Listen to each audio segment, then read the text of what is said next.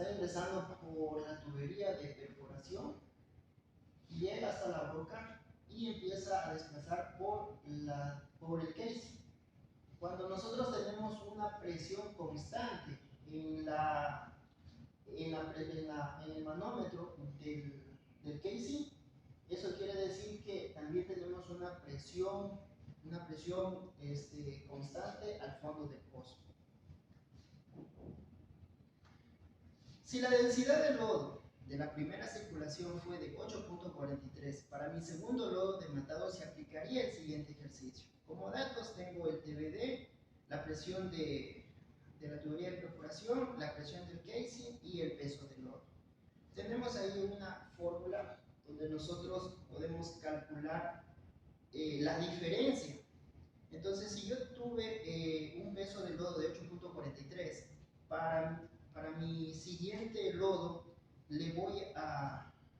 para mi segunda circulación del fluido del lodo tendría una viscosidad de 9 ppg.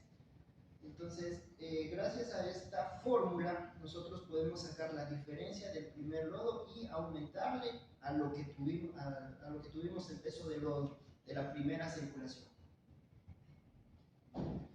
En la segunda circulación, el objetivo es meter el fluido con mayor peso que el anterior. Se inicia el desplazamiento del lodo pasando al pozo por la tubería de perforación, manteniendo un programa de caídas de presión de la tubería de perforación o manteniendo constante la presión de la membrana. Al mantener constante la presión de la tubería de revestimiento, la presión del fondo del pozo se va a mantener constante, tal como le indicábamos en la gráfica anterior. A medida que va ingresando el lodo denso y se direcciona por el espacio anular, este fluido se vuelve constante. Al llegar a la superficie hemos llegado a la presión final de circulación. Mientras se pueda mantener la presión final de circulación en el tubo en U, la presión en el fondo del pozo va a permanecer inalterable. Se procede a apagar la bomba verificando la presión que marque 0. Aquí podemos observar lo siguiente. Aquí nos hace una pregunta. ¿Las presiones de la tubería de perforación y la tubería de revestimiento deben ser iguales? Sí. Cuando ya se controla el pozo, sí deben ser iguales. ¿Qué debemos hacer? Abrir el estrangulador considerando la apertura que se tenía en la primera circulación.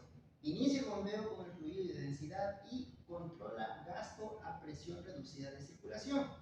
Registrar la presión observada de la tubería de perforación. Manipular el estrangulador hasta que el lodo llegue a la superficie.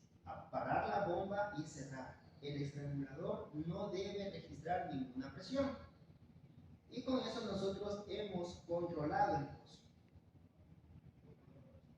Tenemos el tercer método, que es método de esperar y pesar, o de esperar y densificar.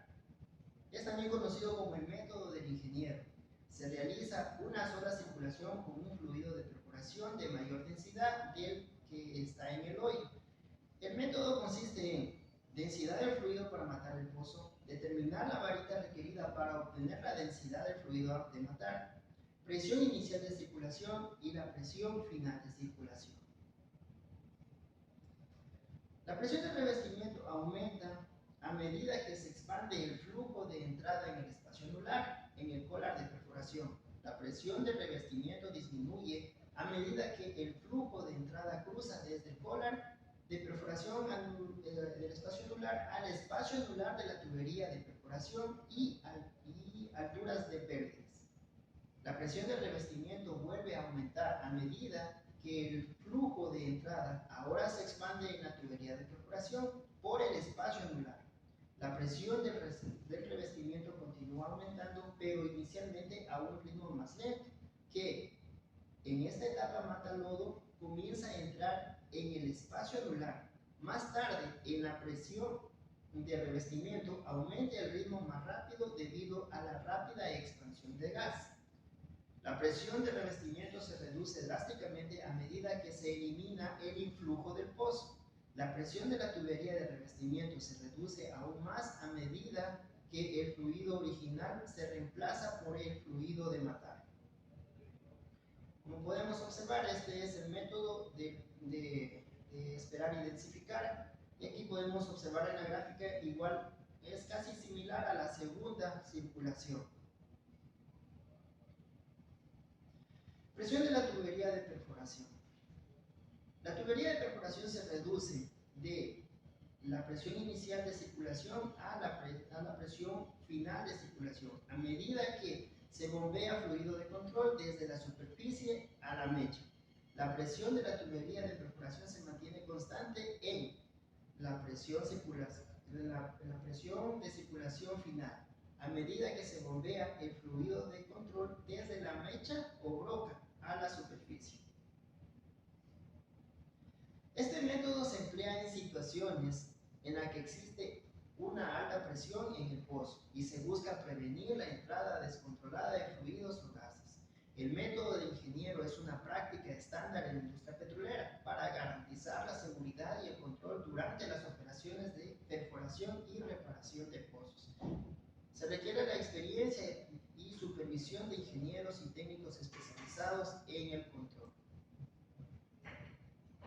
Eso es todo lo que tengo que decir de los tres métodos de control de pozos. Muchas gracias.